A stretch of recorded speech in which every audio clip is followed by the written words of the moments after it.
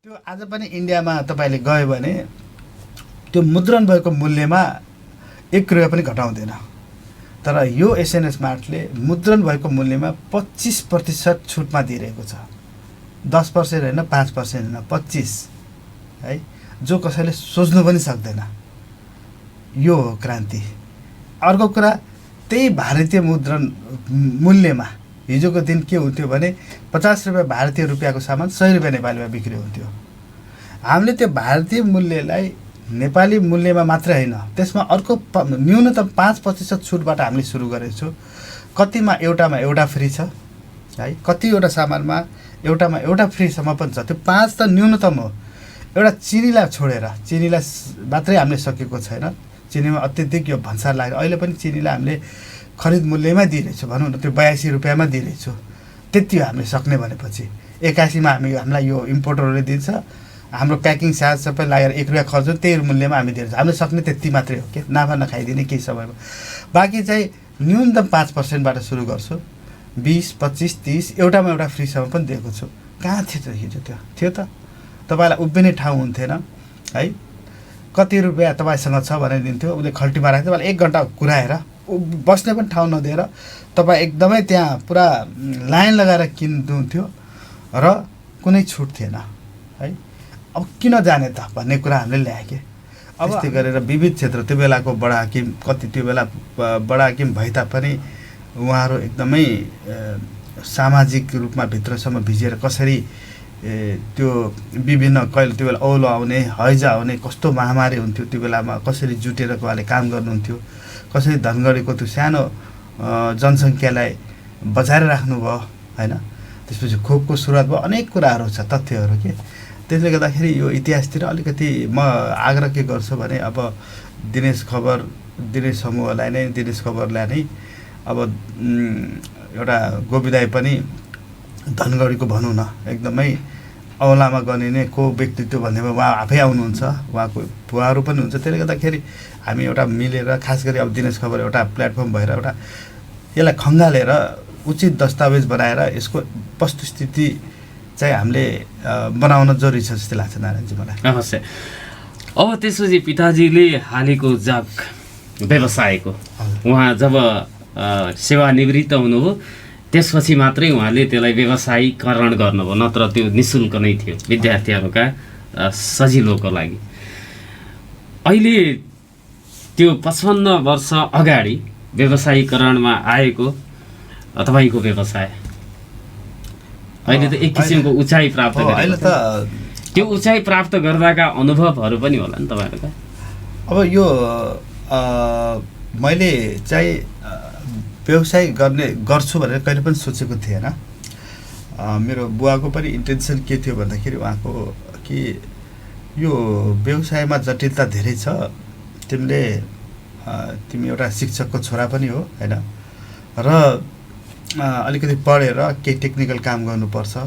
अलि भन्दाखेरि म एउटा चार्टर्ड एकाउन्टेन्ट बन्छु भनेर मैले आफ्नो अध्यापन सुरु गरेँ। त्यसैले गर्दा 5-10 रुपियाँमा सायद त्यो जग्गा चाहिँ उहाँलाई यो त्यो बेला जिल्ला प्रहरी कार्यालय थियो, त्यहाँ चाहिँ जिल्ला प्रहरी नभएर मलाई प्रहरी कार्यालय भनौँ न त्यो थियो, र उहाँ तपाईँको चौधरी पुग्नु भएको ठाउँमा, डिपो भएको ठाउँमा हो त्यहाँ थियो। र त्यहाँ चाहिँ उहाँले खास त्यो पुस्तक पसल नभएकनि त्यो बेला बच्चाहरूलाई, विद्यार्थीहरूलाई पुस्तकको सहजता थिएन। नेपाली प्रकाशनहरूको त्यो बेला सुरुवात पनि नभइसकेको अवस्था थियो। किताबहरू चाहिँ भारतबाट अथवा तेस्रो मुलुकबाट मगाएर पढ्नुपर्ने बाध्यता थियो। र अर्को कुरा के थियो भने यहाँबाट जो नेपालको अरू गन्तव्यलाई जोडिने कुनै पनि थिएन, भनौँ न कर्णालीको पुल पनि थिएन होइन। यो एउटा लक जस्तै थियो। सबै कुराहरू भारतीय नाकाबाट आउनुपर्ने एउटा बाध्यता थियो। होटल साथीले पनि स्वरूप परिवर्तन गर्दैछ। सुदूरपश्चिमै पहिलो 5 तारे होटलको ड्रिम प्रोजेक्ट सञ्चालनमा छ तपाईँहरूको। त्यो पुरा हुन कति लाग्छ तपाईँहरूको समय? नारायणजी अब 2 मिनट बाँकी छ, बस फास्ट भन्छु। अब होटल साथी चाहिँ अब अहिलेको अवस्थामा जहाँ छ त्यसलाई नै हामीले पुनर्निर्माण गरेको छु। अगाडिको सम्पूर्ण बिल्डिङहरू भत्काएर हामी 5 तारे होटलमा रूपान्तरण गर्छौँ। 100 भन्दा बढी रुम हुन्छ, 101 रुम हुन्छ।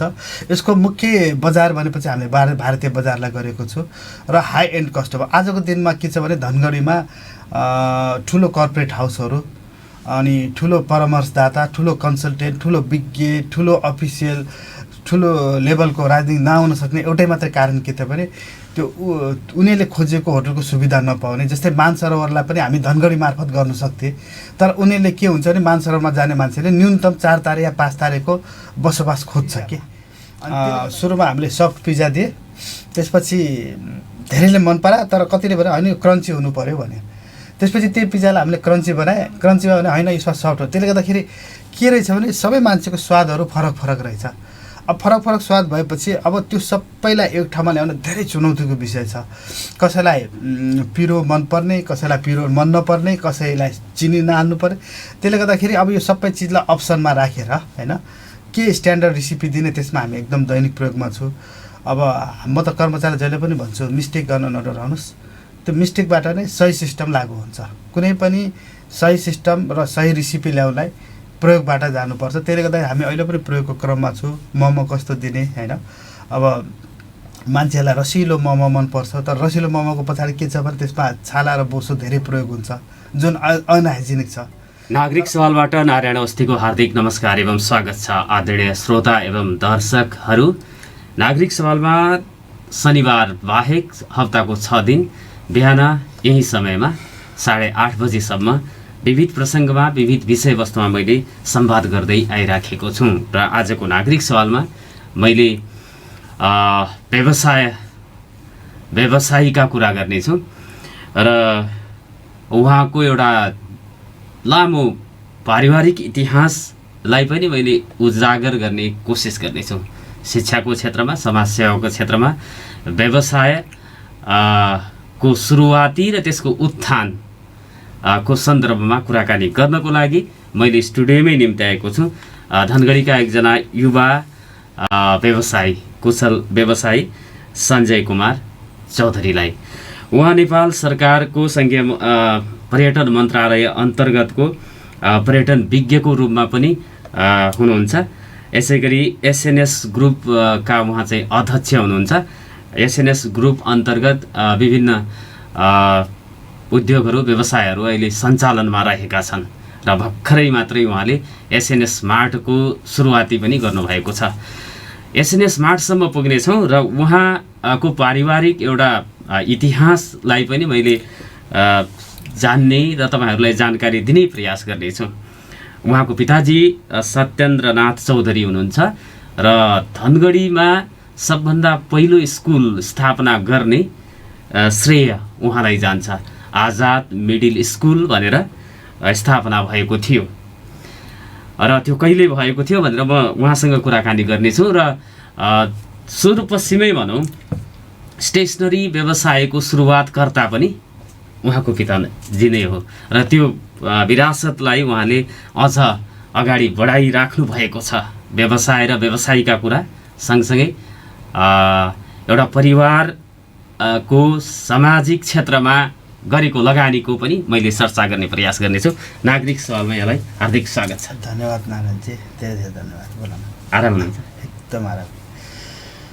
यो चाहिँ तपाईँको सुदूरपश्चिममा 2-3टा कुरा पहिलोपटक गर्ने श्रेय तपाईँको परिवारलाई जान्छ, पिताजीलाई जान्छ।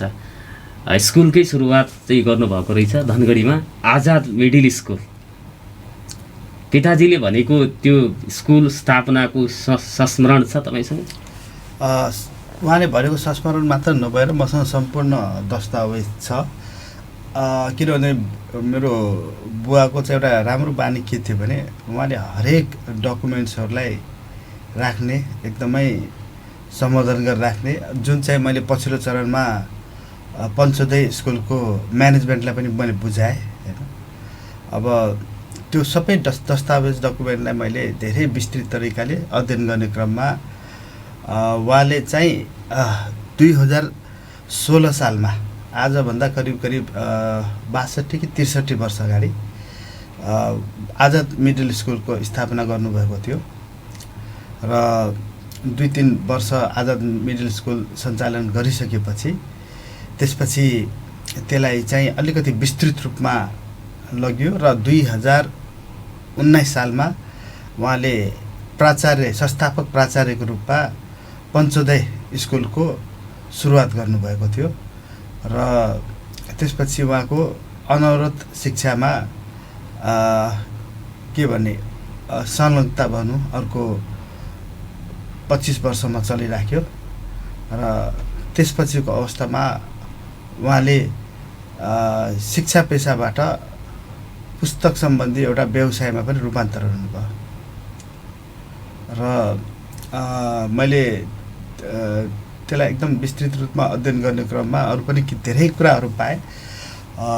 त्यो बेला चाहिँ बडा हाकिम हुनुहुन्थ्यो, बडा हाकिमको तोकमा हुन्थ्यो सबै कुरा। अनि त्यो सबै मैले हेर्दाखेरि रत्न शमशेरबाट उहाँले नियुक्ति पाउनुभएको थियो र त्यो बेला उहाँलाई मासिक 150 रुपियाँमा दरबन्दी हुने गरी नियुक्ति गरिएको थियो प्राचार्यको रूपमा।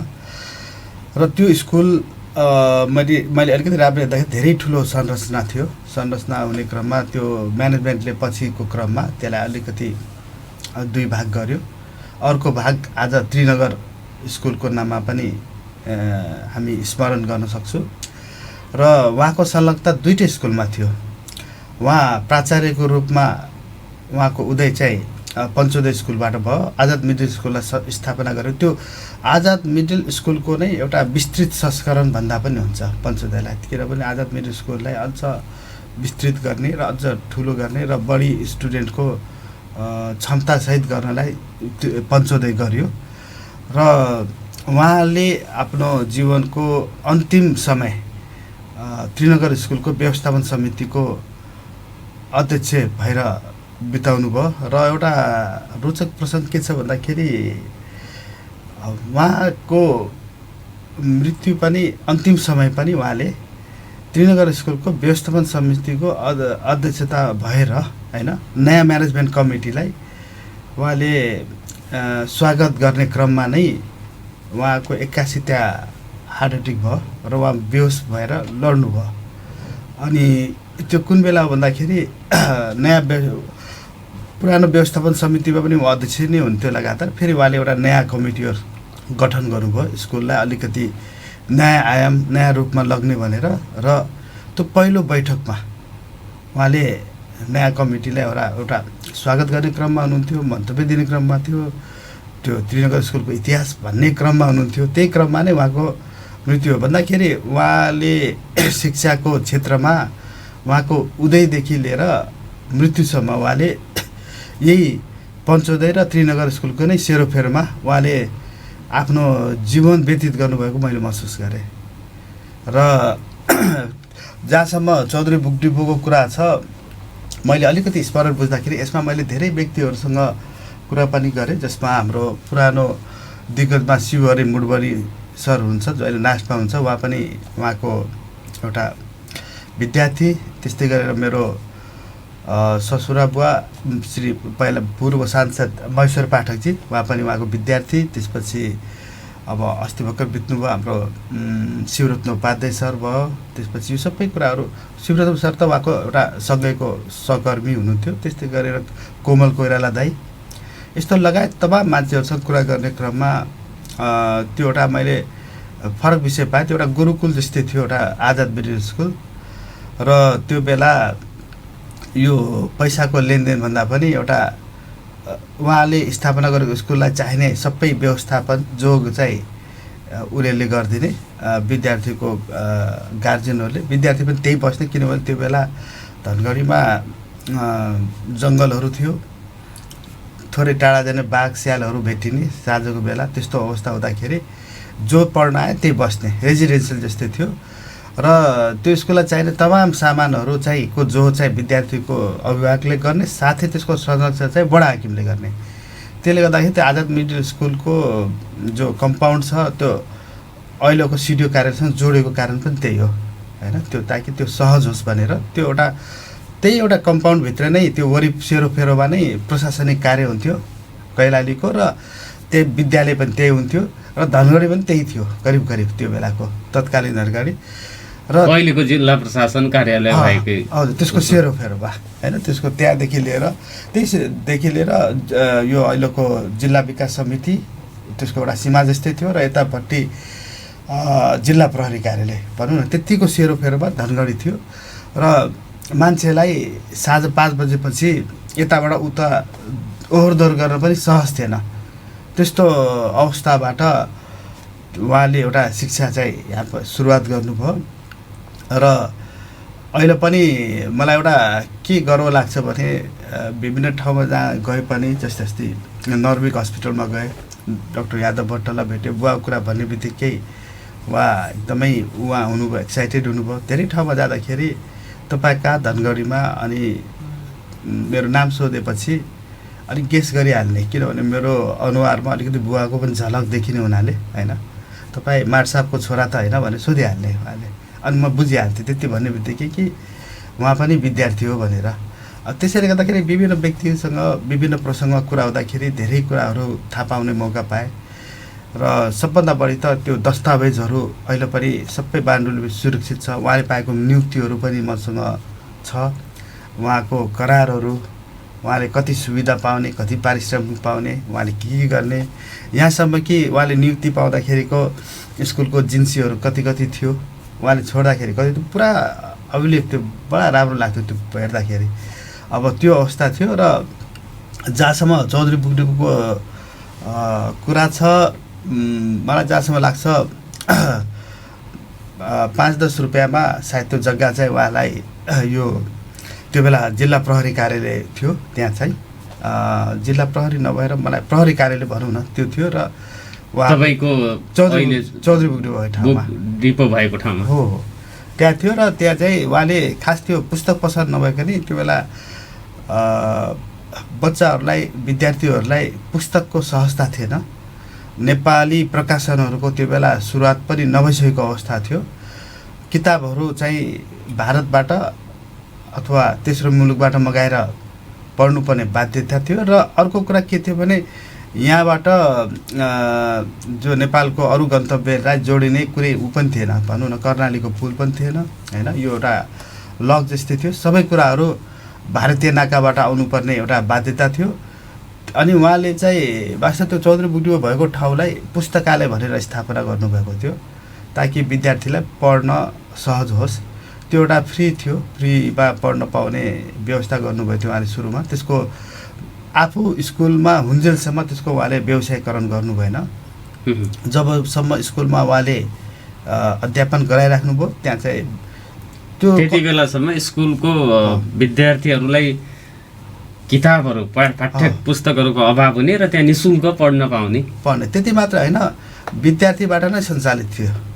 जस्तै हाम्रो मलाई याद छ कोमल दाई, हाम्रो कोमल कोइराला दाई हुन्छ, अनि शिवरी मुडबडी सर हुनुहुन्छ, उहाँले नै चलाएको पुस्तकालय हो त्यो।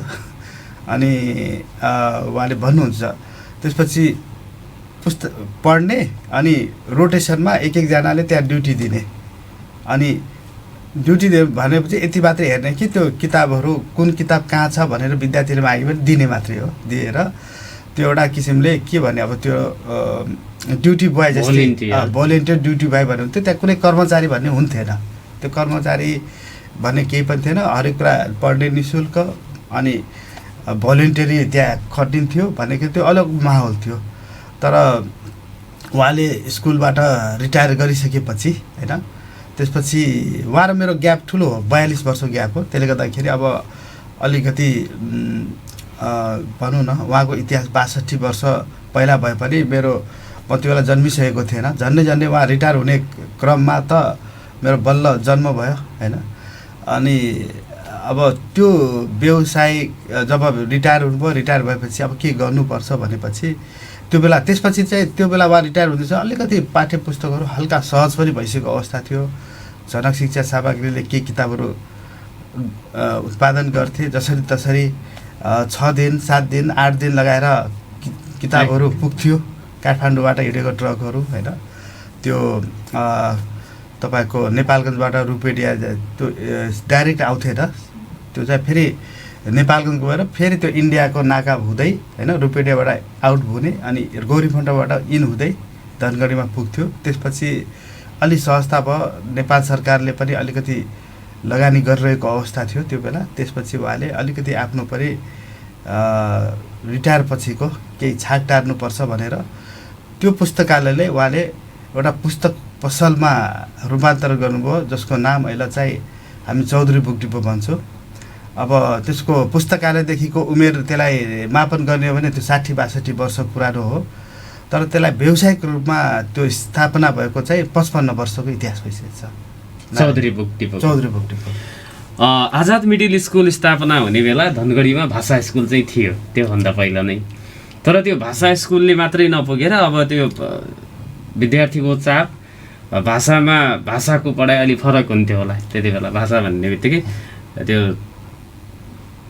कर्मचारी उत्पादन गर्ने र यो सामान्य शिक्षाको लागि स्कुल खोल्नुपर्छ भन्ने अवधारणाले त्यो प्रेरित भएर बडा हाकिमको चाहिँ सहजीकरणमा खोल्नुभयो उहाँले। मलाई लाग्छ त्यही नै होला नारायणजी।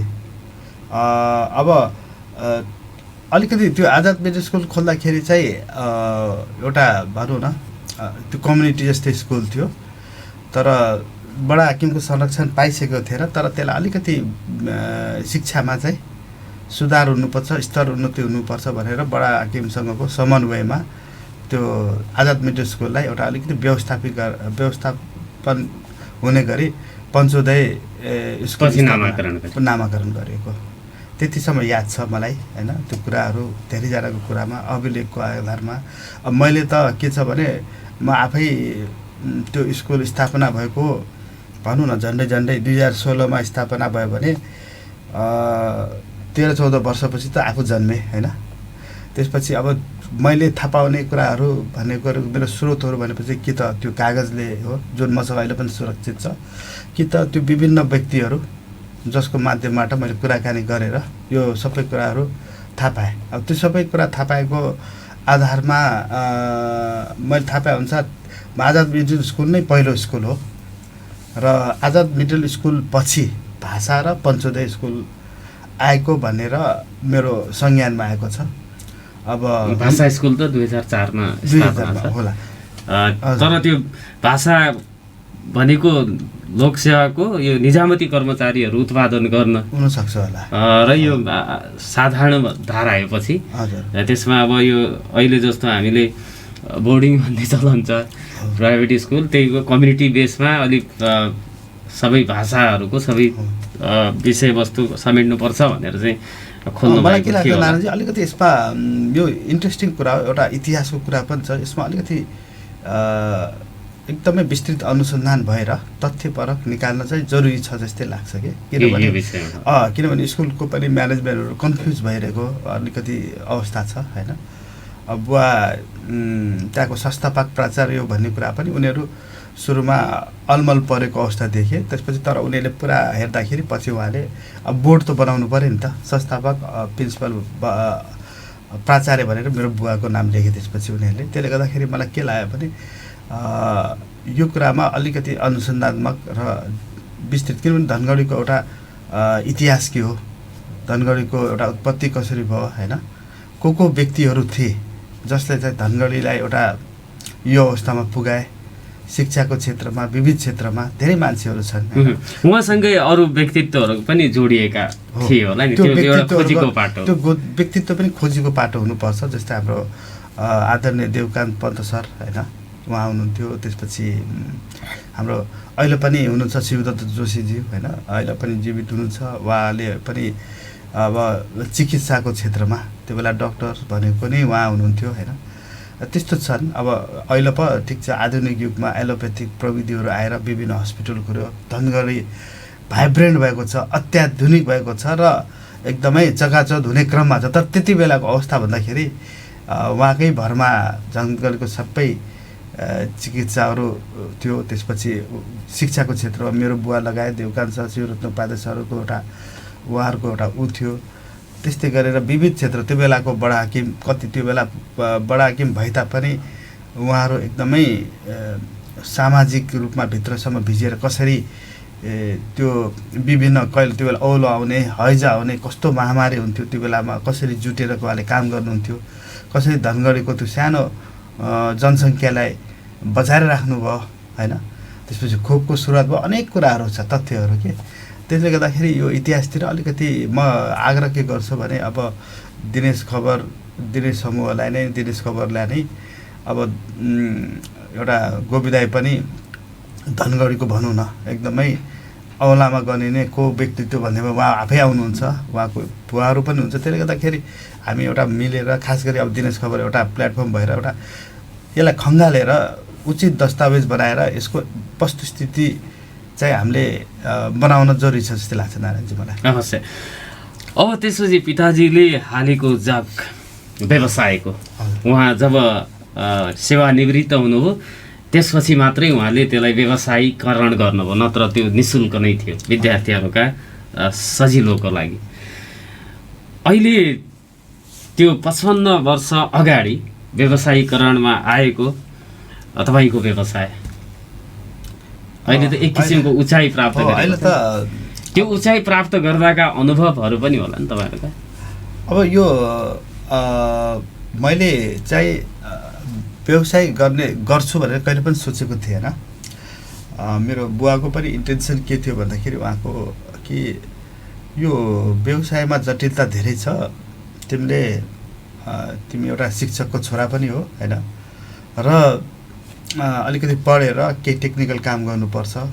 अलि भन्दाखेरि म एउटा चार्टर्ड एकाउन्टेन्ट बन्छु भनेर मैले आफ्नो अध्यापन सुरु गरेँ। त्यसैले गर्दाखेरि म नैनीतालमा 10+2 क्लियर गर्दाखेरि पनि आफ्नो एउटा उद्देश्य के बनाएको थिएँ भने यसपछि म एउटा चार्टर्ड एकाउन्टेन्ट बन्छु, किनभने त्यो बेला चार्टर्ड एकाउन्टेन्ट नेपालमा औँलामा गनिने मान्छेहरू थियो। ल त्यस्तो चाहिँ गर्नुपर्छ भनेर म त्यो तयारीमा थिएँ र 10+2 क्लियर गर्ने बित्तिकै अब चार्टर्ड एकाउन्टेन्ट पढ्नुपर्छ भनेर मैले काठमाडौँमा त्यसको प्रक्रियाहरू पनि सुरु गरिसकेको थिएँ। भिसाको प्रक्रियाहरू, पासपोर्टको प्रक्रियाहरू, सबै कुराहरू सुरु गरिसकेको थिएँ। र त्यो प्रक्रिया गर्ने क्रममा नै मैले एकदमै एउटा अप्रिय घटना खबर के सुन्नु पऱ्यो कि बुवाको हार्ट एट्याक भयो भनेर। अनि हार्ट एट्याक हुने बित्तिकै भयो भन्ने सुन्ने बित्तिकै त्यो बेला मेरो कति थियो 18 वर्षको उमेर थियो र म इमिडिएटली बस चढेँ। त्यसपछि होइन बस चढेर म धनगढी पुगिन्जेलसम्म त अब पसलहरू बन्द भएको देख्ने बित्तिकै मनमा चिसो एउटा पसिसकेको थियो कि अब केही अप्रिय घटना भएको छ, किनभने सबैजना ठुलो मलाई हेरिरहेको थियो। गाडीहरू मलाई लिन चिसापानीमै पुगेको थियो, चिसापानीबाट आयो, घरमा भिड देखेँ। त्यसपछि थाहा पाएँ कि बुवाको मृत्यु भयो भनेर, डेथ भयो भनेर। अनि त्यसपछि बडा एउटा समस्या भयो कि त्यसपछि के गर्ने भनेर यो भनौँ न म एक्सिडेन्टली नै व्यवसायमा आएको हो, इन्टेन्सनली होइन, नियोजित र प्लानिङका साथ आएकी मान्छे नै होइन। त्यसपछि अब मेरो सबै अब त्यो बेला पनि मेरो दिमागमा के थियो भने अब यो सबै कुराहरू सकाएर होइन आफ्नो व्यवसायहरू जे जति छ यसलाई एउटा बन्द गरेर होइन वा कसैलाई भाडामा दिएर म पढ्न जान्छु भन्ने कुराहरू दिमागमा थियो त्यो बेला पनि होइन। त्यो योजनाका साथ अब सबै कुराहरू सकिएपछि त्यो योजनाका साथ अगाडि बढेँ। तर खालि मलाई एउटा समस्या के थियो भन्दाखेरि शोकमा डुबेको आमा पनि हुनुहुन्थ्यो, म एक्लै छोरा, दिदीको बिहा भइसकेको अवस्था होइन। उहाँ पनि फरेस्ट्री पढ्दै हुन्थ्यो होइन, फरेस्ट्री पढ्दाखेरि उहाँको पनि आफ्नो करियरहरू थियो। अब कसले हेर्ने भन्ने कुरा पनि एउटा कौतूहलको विषय भयो। एउटा शोकमा डुबेको आमा एकातिर हुनुहुन्थ्यो, एकातिर करियर थियो, एकातिर आफ्नो बुवाले दिएको व्यवसाय पनि थियो कि अब सबै कुरा एकैचोटि लग्न सम्भव पनि थिएन। पछि चाहिँ अब मैले चाहिँ आमासँग बस्ने र यहीँ बस्ने, यहाँ जे व्यवसाय छ त्यसलाई निरन्तरता दिने र आफ्नो जुन करियर थियो उच्च शिक्षाको बाहिर पढ्ने त्यो सबैलाई तिलाञ्जली दिएर त्यसपछि मैले आफ्नो व्यवसायको सुरुवात त्यो 18 वर्षको उमेरदेखि सुरु गरेँ। र सुरुको 10 वर्ष त म अलमल्लको स्थितिमा थिएँ। मलाई यो थाहै थिएन, यो व्यवसायको धेरै कुराहरू थाहा थिएन, किनभने म मानसिक रूपमा कहिले तयारी थिएन व्यवसाय गर्छु भनेर। त्यसले गर्दा पनि के लाग्छ भने सुरुको 10 वर्ष त मेरो एउटा ठहरावको स्थिति थियो कि अलमल्लको स्थिति कि अनि के गर्ने राम्रो अब त्यति हो कि मैले राम्रो गर्न नसके पनि नराम्रो पनि हुन दिएन। व्यवसायलाई एउटा जुन गतिमा थियो त्यो गतिमा जेन तेन चलाइराखेँ। तर मन कहिले पनि व्यापारमा लागेन, मनै लागेन के म यो कहाँबाट कहाँ म अनि हेर्थेँ मेरो साथीहरू सब युनिभर्सिटीमा पढिरहेछ होइन, आफू चाहिँ व्यापारमा छु होइन, कोही कुन युनिभर्सिटी कुनै अमेरिका गयो, कोही कहाँ गयो, आफू चाहिँ त्यहाँ छु भन्दाखेरि अनि आफू फिल हुन्थ्यो कि सबैजना एउटा युनिभर्सिटी विश्वविद्यालय पढ्छ, आफू चाहिँ पढ्न नपाएको स्थिति। त्यो सबै कुराको बिचमा अब अलिकति मेरो लागि ट्रेनिङ यहाँको केही अग्रज व्यवसायहरू, त्यसमा गोपीदाई समेत अनेक मान्छेहरूले मलाई एउटा समयमा सुझावहरू पनि दिनुभयो, होइन यसैलाई ध्यान देऊ, यसैलाई ठुलो गर, यो एउटा विरासत हो, भोलि यो बन्द गरेर फेरि फर्किएपछि यो अवस्थामा पनि नहुनसक्छ, फेरि जिरोबाट शून्यबाट कमसेकम बुवाले एउटा ठाउँमा पुगाउनु भएछ, शून्यबाट सुरुवात गर्दाखेरि त्यसपछि के थाहा त्यो कति सफल होला भन्ने एउटा प्रश्न चिन्ह पनि थियो। त्यो धेरै कुराहरू थियो मनमा के गर्ने। त्यसपछि अलिकति मलाई अलिकति सहजताकोले गर्यो कैलाली उद्योग महासङ्घले म 22-23 वर्ष युवा हुँदाखेरि मलाई सल्लाहकारमा नियुक्ति गर्यो। दामोदर भट्ट त्यो बेला अध्यक्ष हुनुहुन्थ्यो, वा धेरै प्रभावित हुन्थ्यो। त्यसपछि अलिकति व्यवसायहरूसँग सङ्गत गरेपछि व्यापार कसरी हुन्छ भनेर उनीहरूसँग सामिप्य भएर मैले सिक्न पाएँ, उनीहरूसँग सिक्न पाएँ। किनभने मैले एजुकेसनमा त व्यापार पढेकै थिएन कि, समस्या त्यो भयो। एजुकेसनमा म अलिकति टेक्निकल लाइनमा पढेको मान्छे तर व्यवसायमा आएँ। त्यसले गर्दाखेरि यसरी अब प्र्याक्टिकली भन्छ नि यो दिमाग भन्ने कुरा ओखर खाएर आउँदैन, ठोकर खाएर आउँछ भन्छ कि त्यो ठोकर खाएँ 10 वर्ष जुन धेरै ठक्कर खाएँ, त्यसपछि त्यसले चाहिँ सिकायो। बल्ल मैले स्थिर भएर व्यवसाय एउटा नियोजित प्लानिङका साथ गर्न सुरु 28-29 वर्षदेखि मैले सुरु गरेँ। त्यसपछि मैले 2-4 वर्षको अन्तरालमा एउटा हाँगाहरू, एउटा नयाँ व्यवसायहरूको थालनी गर्न सुरु गरेँ र आजको अवस्थामा मैले 8-10 वटा व्यावसायिक प्रतिष्ठानलाई म त्यसलाई लिड गर्छु आजको दिनमा। त्यसरी भन्दा अहिलेसम्म अनुभव। निकै रोचक प्रसङ्ग। तपाईँ व्यवसायमा आउनु पर्दाको पनि पढ्न चाहेको विश्वविद्यालयमा चार्टर्ड एकाउन्टेन्ट हुन खोजेको मान्छे अब नसोचेको नचाहेको हुन पुग्छ र त्यो राम्रैको लागि हुन पुग्छ हो। अवश्य मलाई के लाग्छ भने वास्तवमा इन्टरप्रेन्योरसिप भन्छ हामी, अब यसलाई व्यवसायीकरण भन्छ नि, योभन्दा उत्कृष्ट चाहिँ केही पनि छैन। यो पनि मान्छेहरूको भनाइ के छ भने यो धेरै क्षमतावान मान्छेले डक्टर इन्जिनियर बन्नुपर्छ, नसक्नेले व्यापार गर्नुपर्छ भन्ने होइन। व्यवसाय भनेपछि जति स्किल होइन, जति यो क्षमताहरू, जति योग्यताहरू एउटा त्यसको लागि चाहिन्छ। एउटा सफल इन्टरप्रेन्योर भन्छ नि होइन, सफल व्यवसाय बन्नलाई पनि त्यो क्षमताहरूको आवश्यकता हुन्छ होइन। अब मोडलिटी फरक होला होइन, तर व्यवसायको लागि पनि यो पनि एउटा स्किल सेट हो र सबभन्दा संसारको सबभन्दा उत्कृष्ट हो। एउटा आज के ढुक्क थियो भने हिजोको दिन म कसैको जागिर खान्थ्यो होला, चाहे नेपाल सरकारकोमा होस्, चाहे कुनै वित्तीय संस्थानमा होस्, कुनै ब्याङ्कमा होस्, तर आजको दिन मैले 400-500 जनालाई विभिन्न प्रतिष्ठान मार्फत जागिर दिन सफल भएको छु।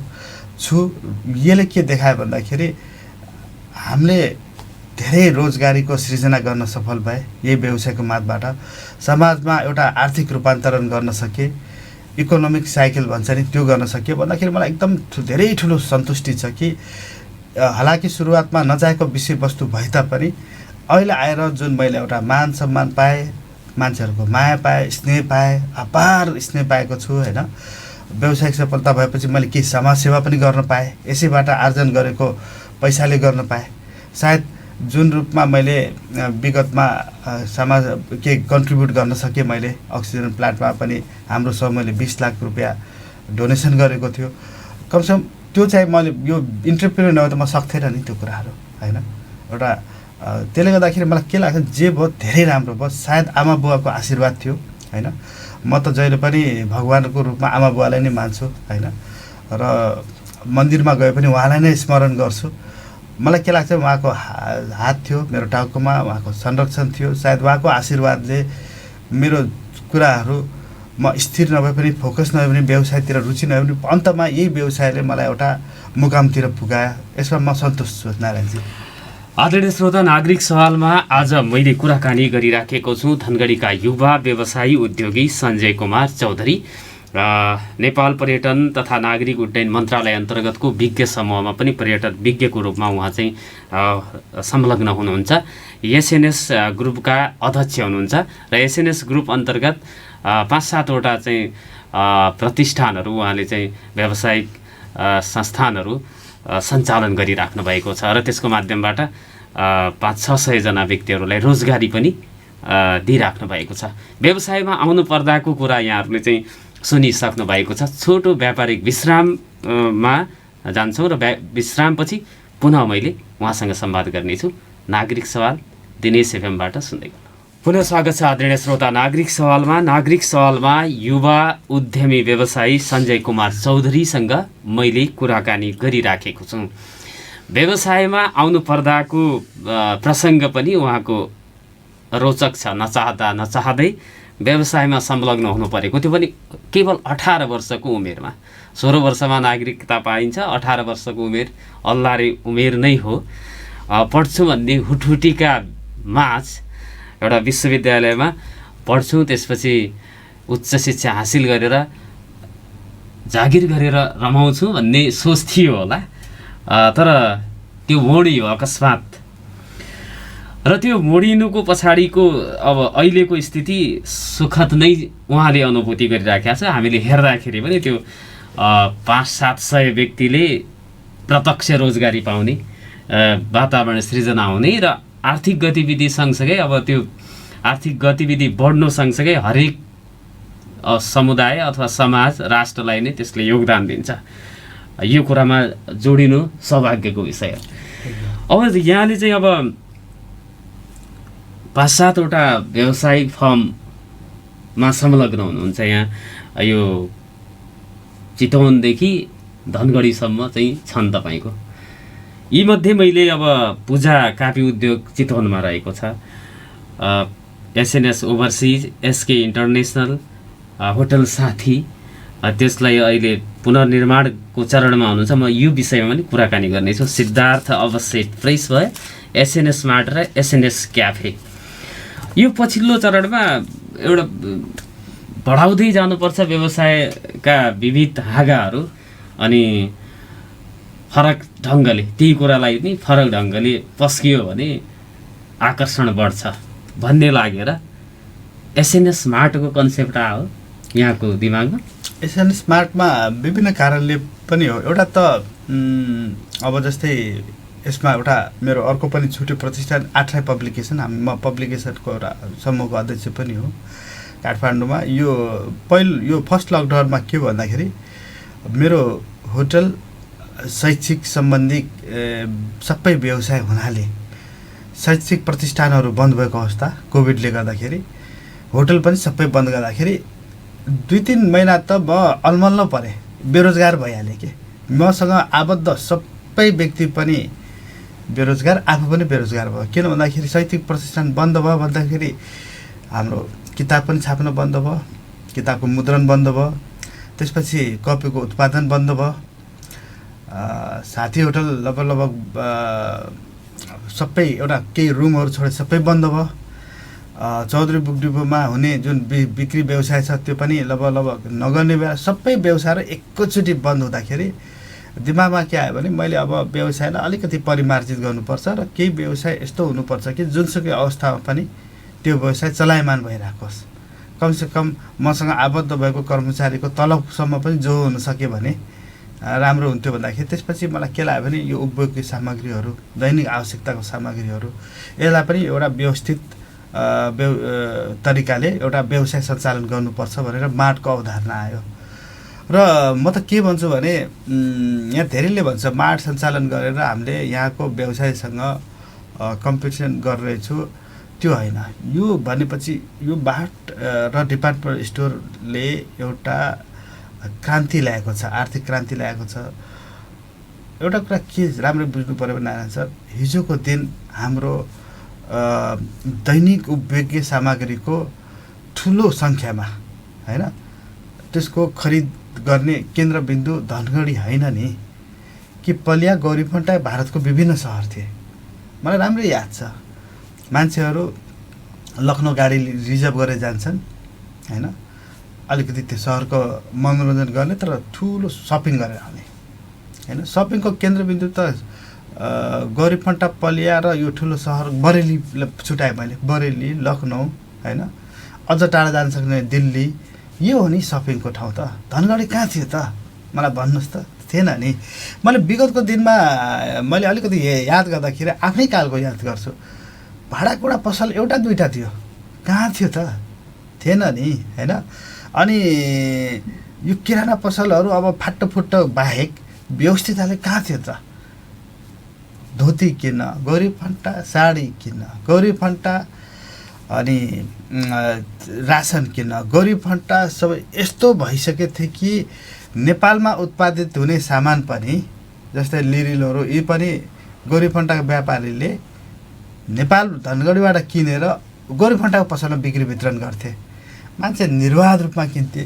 त्यो एउटा माइन्ड सेटै के थियो भने सामान किन्ने हो भने गौरी फन्टाबाट किन्ने, चाहे त्यो चिनीदेखि लिएर चियापत्तीदेखि लिएर त्यो सम्पूर्ण खाने सामग्रीहरू है, तरकारी बाहेक, तरकारी पनि हुन त त्यो आलु र प्याज त फेरि त्यो पनि उतैबाट आउँथ्यो, माछा उताबाट आउने है, सम्पूर्ण माछा उताबाट आउने, कुखुरा उताबाट आउने, अन्डा उताबाट आउने। के बाँकी थियो त नारायणजी, के बाँकी थियो, सबै चिज त उताबाट आउँथ्यो होइन। हामीले त के गर्यो भने त्यो गौरी फन्टा र पलियाको परम्पराको बजारलाई ध्वस्त पार्न कोसिस गरेको त हो नि होइन। ती सम्पूर्ण सामग्री जसको लागि मान्छेहरूको बिहान उठ्ने बित्तिकै पहिलो गौरी फन्टा गएर किनेर ल्याउने भन्ने थियो नि त है। कर्मचारीहरू शनिबार भयो कि सबै सरकारी नम्बरको प्लेटको गाडीहरू चाहे प्राइभेट हो सब घुइँचो लाग्ने त्यहाँ है। त्यो रोक्नु खोजेको। अब त्यसको लागि के हो त रिजन भन्दाखेरि म हजुरलाई एकदम सजिलै भन्छु। जस्तै मैले हाम्रो एसएनएस मार्टले अहिले बिकाजी भन्ने एउटा ठुलो ब्रान्ड हो इन्डिया, भारतको सबभन्दा जसले नमकिन भुजियाहरू बनाउँछ होइन। अनि त्यो सोनपापडी, मिठाई, रसभरी, लालमोहन के बनाउँछ, के सबै बनाउँछ। बिकाजी भनेपछि सबभन्दा ठुलो ब्रान्ड हो त्यो। आज पनि इन्डियामा तपाईँले गयो भने त्यो मुद्रण भएको मूल्यमा 1 रुपैयाँ पनि घटाउँदैन। तर यो एसएनएस मार्टले मुद्रण भएको मूल्यमा 25% छुटमा दिइरहेको छ। 10% होइन, 5% होइन, 25 है, जो कसैले सोच्नु पनि सक्दैन। यो हो क्रान्ति। अर्को कुरा, त्यही भारतीय मुद्रण मूल्यमा हिजोको दिन के हुन्थ्यो भने 50 रुपियाँ भारतीय रुपियाँको सामान 100 रुपियाँ नेपालीमा बिक्री हुन्थ्यो। हामीले त्यो भारतीय मूल्यलाई नेपाली मूल्यमा मात्रै होइन, त्यसमा अर्को न्यूनतम 5% छुटबाट हामीले सुरु गरेको छौँ। कतिमा एउटामा एउटा फ्री छ है, कतिवटा सामानमा एउटामा एउटा फ्रीसम्म पनि छ। त्यो 5 त न्यूनतम हो। एउटा चिनीलाई छोडेर, चिनीलाई मात्रै हामीले सकेको छैन। चिनीमा अत्यधिक यो भन्सार लाग्यो। अहिले पनि चिनीलाई हामीले खरिद मूल्यमै दिइरहेछौँ, भनौँ न त्यो 82 रुपियाँमा दिइरहेछौँ। त्यति हो हामीले सक्ने भनेपछि। 81मा हामीलाई यो इम्पोर्टरहरूले दिन्छ, हाम्रो प्याकिङ चार्ज सबै लागेर 1 रुपियाँ खर्च, त्यही मूल्यमा हामी दिन्छ। हामीले सक्ने त्यति मात्रै हो के, नाफा नखाइदिने केही समयमा। बाँकी चाहिँ न्यूनतम 5%बाट सुरु गर्छु। 20, 25, 30 एउटामा एउटा फ्रीसम्म पनि दिएको छु। कहाँ थियो त हिजो? त्यो थियो त तपाईँलाई उभिने ठाउँ हुन्थेन है। कति रुपियाँ तपाईँसँग छ भने दिन्थ्यो, उसले खल्टीमा राख्थ्यो, तपाईँलाई 1 घन्टा कुराएर बस्ने पनि ठाउँ नदिएर तपाईँ एकदमै त्यहाँ पुरा लाइन लगाएर किन्नुहुन्थ्यो र कुनै छुट थिएन है। अब किन जाने त भन्ने कुरा हामीले ल्याए कि। अब हामीले कस्तो माहौल, अब परिवेश कहाँ दिए भन्दाखेरि हामीले एयर कन्डिसन हालेको छु, आउने मजाले सामान किन्ने। थाक्नु भएको छ भने सबभन्दा माथि तला एसएनएस मार्टको एसएनएस क्याफे छ, मजाले खानुहोस्। तपाईँ आफ्नो खाने पिउने सामग्री सबै राखेको छु र खानेपिउने चिजहरू पनि हामीले एकदमै राम्रो हाई स्किल सेफहरू राखेको छौँ। जस्तै बेकरी बनाउने क्रममा हामीले हायतमा 10 वर्ष काम गरेको सेफ छ हामीसँग। उहाँले चाहिँ त्यो 5 तारेको स्ट्यान्डर्डको बेकरीहरू बनाइराख्नु भएको छ, जुन हामीले एसएनएस मार्ट र क्याफे मार्फत हामीले दर्शकहरूलाई त्यसरी ग्राहकहरूलाई हामीले दिइरहेको अवस्था छ। त्यस्तै गरेर खाना पकाउने सेफहरू पनि हामीसँग ककटेल बनाउने, मोकटेल बनाउने। तपाईँले के छ भने अब शनिबार छ भने मजाले परिवारसहित सामान किनमेल गरेर माथि मजाले परिवारसँग पारिवारिक माहौलमा खानपान गरेर अब फर्किनु। त्यो दिन गयो कि जब लाइन लगाएर तपाईँले पसिना निकालेर, अनि त्यो कोतवालीको त्यो हुन्छ नि इन्डियाको त्यो पुलिसहरूको डन्डा खाएर, एसएसबीको अभद्र व्यवहार होइन, त्यसपछि इन्डियन पुलिसले असुली गर्ने, त्यतिबाट बल्ल बल्ल बल्ल पार आएर मौनामा फेरि हाम्रो खटेका कर्मचारीहरूबाट भन्सार गर्ने, त्यसपछि प्रहरीकोबाट जुन किसिमको एउटा अनुगमन हुन्थ्यो भनौँ न होइन, त्यो चिजलाई ध्वस्त पारेर अब मजाले परिवार सानो बच्चा काखे बच्चालाई लिएर आउनुहोस्, एउटा वातानुकूलित माहौलमा मजाले खरिद गर्नुहोस्। अन्तर्राष्ट्रिय ब्रान्ड जस्तै केल्मीको हामीसँग अहिले एउटा केल्मी भनेपछि अन्तर्राष्ट्रिय सबभन्दा ठुलो ब्रान्ड मध्ये हो। कपडामा, लुगामा, यो स्पोर्ट्स वेयरमा, जुत्तामा त्यो हामीले दिएको छौँ। अब यो विभिन्न ठुलो ब्रान्ड लिन तपाईँले दरबारमा जानु पर्दैन, दिल्ली जानु परेन, यहीँ धनगढीमा पाउनुहुन्छ। हिजोको दिन ठुलो ब्रान्ड थिएन भन्ने एउटा गुनासो थियो, हालाकि धेरै कपडा भए पनि त्यो हामीले ब्रान्ड पनि ल्याएको छौँ। ओरिफ्लेम जस्तै संसारको नम्बर 1 स्विडिस कस्मेटिक हैन, नम्बर 1 जो चाहिँ अर्ग्यानिक हो, जसले कुनै रिएक्सन गर्दैन छालामा र कुनै किसिमको हानि हुँदैन। त्यो 100% अर्ग्यानिक क्रिमहरू स्विडेनको हामीले ल्याएको छु। त्यस्तै गरेर सबै ब्रान्डहरू ल्याएको छु र 5% त कुनै जे किने पनि, चामल किन्नुहोस्, दाल किन्नुहोस्, जे किन्नुहोस्, खाद्यान्नमा पनि 5% छुट दिएको छ हामीले। यो सबै चिजहरू हिजोको दिन थिएन नि त, हामीले आज दिएको छु भन्दाखेरि हामीले त एउटा जुन हाम्रो ठुलो पैसा, जुन आर्थिक कुराहरू जुन जान्थ्यो भारतमा, त्यो रोकेको छु। त्यो पैसा अब यही चलामान भएको छ। अब के छ भने यसले मार्केटलाई स्थापित गर्यो के। अब यही क्रममा अब चौलानी डिपार्टमेन्ट आउनु, होम ट्रेड आउनु, त्यसपछि हामी आउनु, यो एउटा सुखद सुरुवात हो र त्यसको निरन्तरता अब धेरै चाँडै भाटबटेले दिँदैछ भन्दाखेरि यो भारतीय बजारमा गएर किनमेल गर्ने जुन एउटा थियो नि, सीमावर्ती बजारमा जाने डेट एक्सपायर भएको एक्ज्याक्टली भिडाइदिने, नापतोलको कुरामा पनि तलमाथि हुन्छ।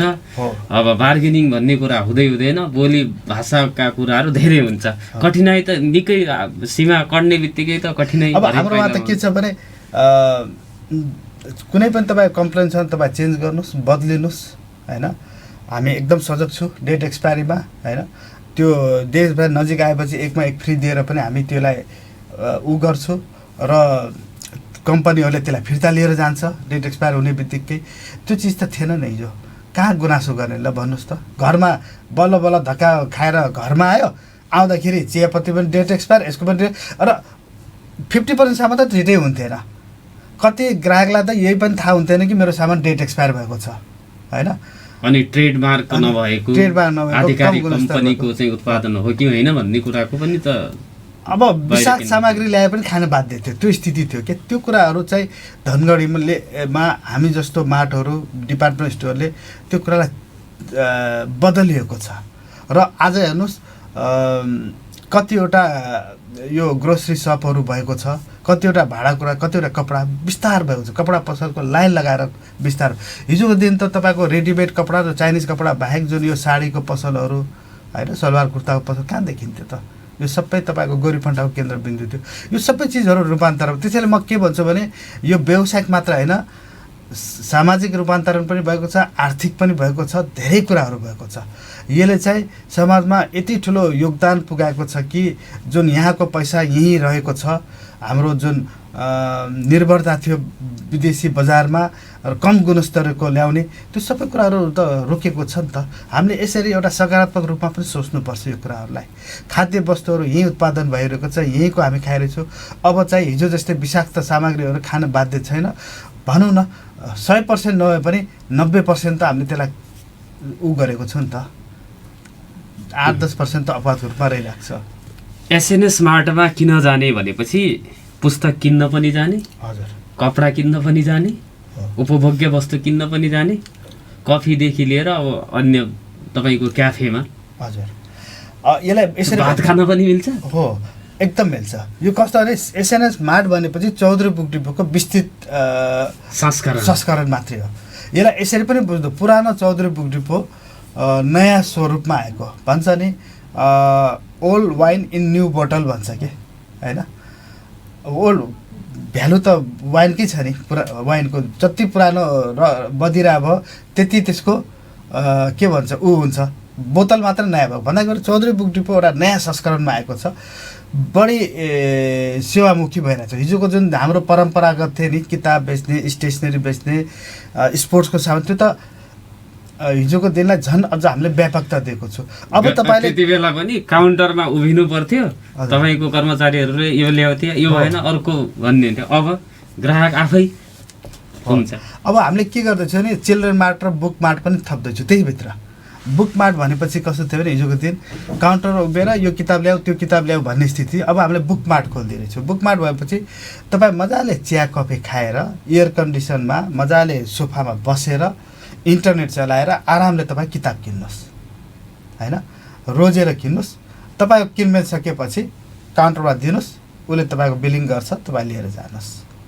तपाईँलाई जे चाहियो त्यो एउटा बुक मार्ट अब हामी धेरै चाँडै आउँदैछ।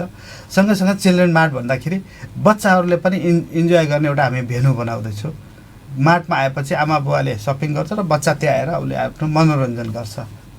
नत्र भने बच्चाहरूसँग त आजभोलिको दिनमा यो लकडाउन पछि त निकासको ठाउँ नै छैन नि। आमा बाबाको गुनासो छ कि बच्चाले दिनभरि भिडियो गेम खेल्यो, दिनभरि त्यो टिभी हेऱ्यो, बिचरा त्यो बच्चा गरोस् के त होइन। अब टिभी हेरे पनि आमा बुवालाई गुनासो छ, भिडियो के उसको निकास छैन नि। कमसेकम त्यहाँ आएर एउटा सुरक्षित वातावरणमा बच्चालेदेखि लिएर जुन विद्यार्थीमा पनि हामीले के गर्दैछौँ भन्दाखेरि अब हामीले चाहिँ बुकलाई पनि जसले किन्नु सक्दैन रेन्टमा दिने पनि हामीले त्यो व्यवस्था ल्याउँदैछौँ। किन सबै विद्यार्थीहरू किन्नु सक्दैन, उसले एउटा सर्टेन एमाउन्ट डिपोजिट गरेर वा उसले एउटा मेम्बरसिप लिएर होइन, मेम्बर लिएकोलाई हामी किताब रेन्टमा पनि दिन्छौँ। अब 1000-2000 पढ्ने पनि पुस्तक हुन्छ, त्यसको लागि 20-25 रुपियाँ खर्च गरेर पनि उसले त्यो पढ्न सक्छ। त्यस्तो पनि हामी कन्सेप्टमा अगाडि बढिरहेको छौँ नारायणजी। यसमा धेरै प्रयोगहरू हामी गर्दैछौँ। यसरी बुझ्नु होला कि चौधरी बुटुको यो आधुनिक संस्करण हो एसएनएस मार्ट, र आधुनिक संस्करणमा हाम्रो पुरा लक्ष्य भनेपछि ग्राहकहरू, आदरणीय ग्राहकहरूले कसरी बढीभन्दा बढी सुविधा पाउने, बढीभन्दा बढी छुट पाउने, बढीभन्दा बढी गुणस्तरीय सामान पाउने र बढीभन्दा बढी समय त्यहाँ बिताएर उहाँले एउटा भनौँ न हुन्छ नि, जो एउटा लेजर भन्छ नि, कहाँ जाने भन्ने हुन्छ नि, त्यो बिताउन सकोस्। र हाम्रो त चाहना चाहिँ एउटा परिवारको प्लानिङ होस् के, ल यसपालिको शनिबार कहाँ जाने, एसएनएस मार्टमा जाने हो। त्यो कन्सेप्टले हामी अगाडि बढिरहेको छु। त्यसले गर्दाखेरि अब यसको स्पेस म्यानेजमेन्ट चुनौती रहेको छ, किनभने बजारको केन्द्रमा सीमित स्पेसमा हामीले बनाएको छौँ। अब स्पेस हामी बढाउने क्रममा छौँ र त्यो स्पेस बढाउने क्रममा हामीले यो बुक मार्ट भयो, त्यसपछि हाम्रो चिल्ड्रेन मार्ट भयो, यसलाई पनि थप्छौँ र यहीँको स्थानीय बजारमा नै सबै सामान पाउने, छुटमा पाउने भनेर र गुणस्तरीय पाउने भनेर त्यो अभियानमा लागेको छ। र यसको पछाडिको सोच मात्र आर्थिक होइन, किनभने मेरो बुवाले मेरो लागि, म एक्लै छोरा पनि हो, धेरैवटा रिसोर्सहरू छोडेर जानुभएको छ। तर अब मेरो पछिल्लो चरणमा के उद्देश्य छ भने यसले एउटा सामाजिक भ्यालु पनि हुनुपर्छ। यसको आर्थिक सँगसँग सामाजिक भ्यालु के हुन्छ भने गुणस्तरको ग्यारेन्टी, उच्चतम गुणस्तरको र मूल्यको ग्यारेन्टी, सुविधाको ग्यारेन्टी, कम्प्लेनको सुनवाई। तपाईँलाई केही पनि छैन, कम्प्लेन केही छैन, कुनै सुनवाई छैन, मन परेन साट्नुहोस्, आरामले साट्नुहोस् निर्वाध रूपमा है, त्यो केही पनि सोधिने छैन भन्दाखेरि तपाईँलाई टेन्सनै भएन नि सामान किन्दाखेरि, ला यो के गलत पऱ्यो भने के गर्ने, मजाले जानुहोस् साट्नुहोस् भनेपछि यो सुनवाई भयो। तपाईँको चाहना अनुसारको सामान तपाईँले पाउनु पर्यो, शास्ति खेप्नु भएन, राम्रो मिठो व्यवहारले त्यहाँ कर्मचारी पैसा तिरेर रिस्पेक्ट गेन पनि त हुन्छ नि एकदम। र त्यसले पनि चित्त बुझेर माथि गएर मजाले क्याफेमा गएर तपाईँ मजाले अब आनन्द लिनुहोस् राम्रो राम्रो परिकारको, त्यो सब वातावरण दिनु खोजेको नारायणजी। भारतीय सीमावर्ती बजारमा पाउने दैनिक उपभोग्य वस्तुको जे मूल्य छ त्योभन्दा सस्तो र गुणस्तरमा नो कम्प्रोमाइज एसएनएस मार्टको त्यही हो विशेषता। त्यसका लागि हरेकले अब सिसा लगाएको छ, ठुलो छ क्या हो, महँगो छ, कसरी जाने भनेर नसोचे हुन्छ, एकदम नसोचे हुन्छ, एकदमै गाह्रो छ। अहिले पनि कस्तो छ भन्दाखेरि त्यो सिसा लगाएको कारणले कति ग्राहकलाई फर्किएको त, अनि बोलाउनु पर्छ के चाहिएको थियो भनेर है। अनि त्यसपछि जुत्ता खोलेर आउने, चप्पल खोलेर आउने, ए होइन यो मार्ट हो लगाएर आउनुहोस् भनौँ न, हिचकिचाहट के त्यो एउटा के छ भने यो अभ्यास नभएको के मार्टको अहिले पनि अभ्यासको कमी देखिन्छ। र एसी चलेको छ र सिसा चलेको छ, केटाहरू चिटिक्क छ भन्ने बित्तिकै ओहो यसको खर्च ठुलो छ, सामान पनि महँगो होला, त्यो एउटा कन्सेप्ट छ। तर बिस्तारै बिस्तारै सबैले बुझेको छ यो सामान त मैले मजाले हेर्छ नि, त्यो त जसले पनि हेर्न सक्छ नि। आजभोलि हरेक चिजमा खुद्रा मूल्य हुन्छ। खुद्रा मूल्यमा भारतीय खुद्रा मूल्य छ भने त्यसलाई नेपालीमा कन्भर्ट गरेर 5% छुट दिएकै छु।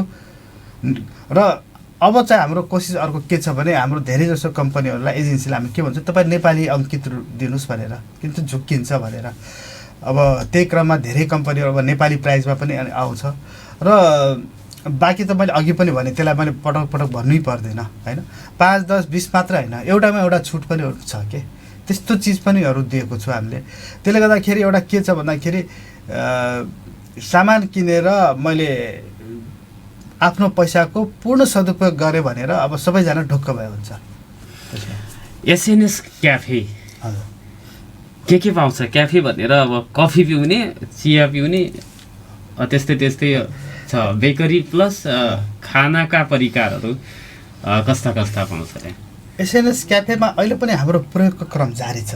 यो एकदम हरेक दिन हामी नयाँ नयाँ नयाँ नयाँ प्रयोग गर्दैछौँ। जस्तै पिज्जामा सुरुमा हामीले सफ्ट पिज्जा दिए, त्यसपछि धेरैले मन परायो, तर कतिले भने होइन क्रन्ची हुनु पऱ्यो भने, त्यसपछि त्यही पिज्जालाई हामीले क्रन्ची बनाए। क्रन्चीमा भने होइन यसमा सफ्ट हो। त्यसले गर्दाखेरि के रहेछ भने सबै मान्छेको स्वादहरू फरक फरक रहेछ। अब फरक फरक स्वाद भएपछि अब त्यो सबैलाई एक ठाउँमा ल्याउन धेरै चुनौतीको विषय छ। कसैलाई पिरो मनपर्ने, कसैलाई पिरो मन नपर्ने, कसैलाई चिनी नहाल्नु पर्ने। त्यसले गर्दाखेरि अब यो सबै चिजलाई अप्सनमा राखेर होइन के स्ट्यान्डर्ड रेसिपी दिने, त्यसमा हामी एकदम दैनिक प्रयोगमा छु। अब म त कर्मचारी जहिले पनि भन्छु मिस्टेक गर्न नडराउनुहोस्, त्यो मिस्टेकबाट नै सही सिस्टम लागु हुन्छ। कुनै पनि सही सिस्टम र सही रेसिपी ल्याउनलाई प्रयोगबाट जानुपर्छ। त्यसले गर्दा हामी अहिले पनि प्रयोगको क्रममा छु। मोमो कस्तो दिने होइन। अब मान्छेलाई रसिलो मोमो मनपर्छ, तर रसिलो मोमोको पछाडि के छ भने त्यसमा छाला र बोसो धेरै प्रयोग हुन्छ जुन अनहाइजेनिक छ। तर अनहाइजेनिक भए पनि त्यो चाहिँ मान्छेलाई मिठो लाग्ने होइन। तर मिठोले मात्रै हुँदैन, त्यसमा हाइजेनिक भ्यालु हुनुपर्छ भने हामी त्यसमा पनि प्रयोग गर्दैछौँ। साधारणतः हामी जस्तोहरू ठाउँमा मोमोहरू वा त्यति रसिलो नहुनु अर्थ के छ भने त्यसमा छाला बोसो कम प्रयोग गरेर हामी मासु मात्रै युज गर्छौँ। त्यसले गर्दा त्यस्तै किसिमको धेरै प्रयोगहरू हाम्रो जारी छ। हाम्रो के छ भने स्वाद मात्र नभएर त्यसको हाइजेनिक भ्यालु होइन, त्यसले शरीरलाई विकार नगरे। बेकरी पनि फ्रेस हुनु पऱ्यो, एकदमै ताजा हुनु पऱ्यो, सबै कुरा त्यो प्रयोगको क्रममा छ। र मलाई आशा छ अर्को 4-5 दिनमा एउटा पर्फेक्ट रेसिपी आउँछ। तर अहिले पनि आउँदाखेरि मान्छेहरू सन्तुष्ट भएर गइरहेको छ होइन। त्यो क्रम जारी छ नारायणजी। हामी कार्यक्रमको अन्तमा छौँ र जाँदा जाँदै 3 मिनट बाँकी छ। 1 मिनट अगाडि छोड्नुपर्ने छ, 2 मिनटमा सकाउनु पर्ने छ। यहाँले होटल साथीले पनि स्वरूप परिवर्तन गर्दैछ। सुदूरपश्चिमै पहिलो 5 तारे होटलको ड्रिम प्रोजेक्ट सञ्चालनमा छ तपाईँहरूको। त्यो पुरा हुन कति लाग्छ तपाईँहरूको समय? नारायणजी अब 2 मिनट बाँकी छ, बस फास्ट भन्छु। अब होटल साथी चाहिँ अब अहिलेको अवस्थामा जहाँ छ त्यसलाई नै हामीले पुनर्निर्माण गरेको छौँ। अगाडिको सम्पूर्ण बिल्डिङहरू भत्काएर हामी 5 तारे होटलमा रूपान्तर गर्छौँ। 100 भन्दा बढी रुम हुन्छ, 101 रुम हुन्छ। यसको मुख्य बजार भनेपछि हामीले भारतीय बजारलाई गरेको छु र हाई एन्ड कस्टमर। आजको दिनमा के छ भने धनगढीमा ठुलो कर्पोरेट हाउसहरू अनि ठुलो परामर्शदाता, ठुलो कन्सल्टेन्ट, ठुलो विज्ञ, ठुलो अफिसियल, ठुलो लेभलको राजनीति नआउन सक्ने एउटै मात्रै कारण के त भने त्यो उनीहरूले खोजेको होटलको सुविधा नपाउने। जस्तै मानसरोवरलाई पनि हामी धनगढी मार्फत गर्न सक्थे, तर उनीहरूले के हुन्छ भने मानसरोवरमा जाने मान्छेले न्यूनतम 4 तारे या 5 तारेको बसोबास खोज्छ कि, अनि त्यसले गर्दाखेरि उनीहरूले जुन नेपालगञ्जलाई हब बनाएको छ। अब हाम्रो के छ भने त्यो मानसरोवरमा जाने तीर्थयात्रीहरू धनगढी भएर जाओस्, ताकि पर्यटकमा पनि यहाँ आर्थिक रूपान्तरण आओस्। त्यसपछि ठुल्ठुलो कर्पोरेट हाउसहरू, ठुल्ठुलो कन्सल्टहरू पनि आओस्। त्यसको लागि उनीहरूको न्यूनतम मापदण्ड 4 तारे र 5 तारे हुनाले हामी त्यो पस्किँदैछौँ। यो अलिकति इमोसनल पनि हो, किनभने व्यावसायिक रूपमा 5 तारेको हामीले प्रोजेक्ट अगाडि सार्दाखेरि 10मा 8 जनाले नगर्नुहोस् भनेको थियो होइन। किनभने काठमाडौँमा नै चुनौतीपूर्ण रहेको अवस्थामा र नेपालमा नै 5 तारे होटलहरू सङ्घर्ष गरिरहेको अवस्थामा तिमीहरू धनगढी कसरी चलाउँछौ, त्यो कुरा त चुनौतीमा थियो। र लगानी पनि झन्डै 1 अरबको लगानी छ, सानो लगानी होइन। यस्तो त हाम्रो यो त यति ठुलो लगानी हो कि हाम्रो अस्तित्वमा नै यसले चुनौती खडा गरिसकेको छ कि। तर त्यही पनि हामीले हिम्मत हारेको छैन हामी प्रमोटरले, होइन यो गर्नुपर्छ, जसरी पनि गर्नुपर्छ। कसैले गरेन भने हामीले त गरौँ, कमसेकम 5 तारे स्वाद 5 तारे परिकार, 5 तारे होटल, 5 तारे बसोबास, 5 तारे यो हुन्छ नि वातावरण कस्तो हुन्छ हामी देखाउँछौँ भनेर हामीले त्यो सुरु गरेको छु। निर्माणको चरण सुरु भइसकेको छ र अर्को 2 वर्षभित्र यो पूर्ण सञ्चालनमा आउँछ। अर्को 4 महिनाभित्र अर्थ सञ्चालनमा हुन्छ। अर्थ सञ्चालन भन्नाले अब रेस्टुरेन्टको कुराहरू, ब्याङ्केटको कुराहरू, सभा गोष्ठी समारोह हल र 20-22 वटा रुमको सीमित क्षमताले हामी यो 3-4 महिना हामी असोजदेखि दसैँदेखि नै सुरुवात गरिदिन्छु यसलाई। तर पूर्ण क्षमताका साथ हामीलाई 2 वर्ष लाग्छ नारायणजी। अब त्यसलाई पनि हामीले एउटा ठुलो अभियानको रूपमा लिन्छौँ। वास्तवमा सुदूरपश्चिममा हिजोको दिन होटलै नपाइरहेको अवस्थामा र बसोबास गर्ने घरलाई होटल लजमा परिणत गरेको अवस्था पनि साथी होटलले एउटा नयाँ आयाम थपेकै हो। होटल एट्याच रुम सहित पनि होटल हुन्छ है भनेर देखाएकै हो र त्यही कुरालाई आजको दिनमा हामीले 5 तारेसम्म पुगाउँदैछु नारायणजी। यो व्यस्त समय हामीलाई दिनुभयो, यसको लागि म हार्दिक धन्यवाद दिन चाहन्छु र यहाँको व्यावसायिक थप उचाइको कामना गर्छु। थ्याङ्क यू नारायणजी। भन्नुपर्ने कुरा धेरैहरू पनि थियो होइन, मनको कुरा थियो धेरै थियो। फेरि अर्को कार्यक्रममा फेरि भन्नुहोला र यो छोटो समयमा पनि मैले अधिकतम मौकाको सदुपयोग गरेर आफूलाई आफ्नो कुराहरूलाई भन्ने मौका पाएँ, आफ्नो कुरालाई चिनाउने मौका पाएँ र यो अवसर जुटायो दिनुभएकोमा नारायणजी लगायत हाम्रो यहाँको एमडी हाम्रो गोपी दाई, त्यसपछि यहाँको दिनेश परिवारको सम्पूर्ण सदस्यलाई म हृदयदेखि आभार प्रकट गर्दछु र समस्त श्रोत दर्शकहरू जसले यो हेर्नुभयो, हेरिदिनु भयो र मैले आफ्नो कुरा राख्नु पाएँ, तपाईँहरूप्रति म कृतज्ञता जाहेर गर्छु र हार्दिक धन्यवाद दिन्छु। आदरणीय श्रोता, भोलि अर्को विषय र प्रसङ्गमा कुराकानी गर्ने वाचकका साथ उपस्थित हुनेछु। बिदा दिनुहोस्। नमस्कार, शुभ दिन।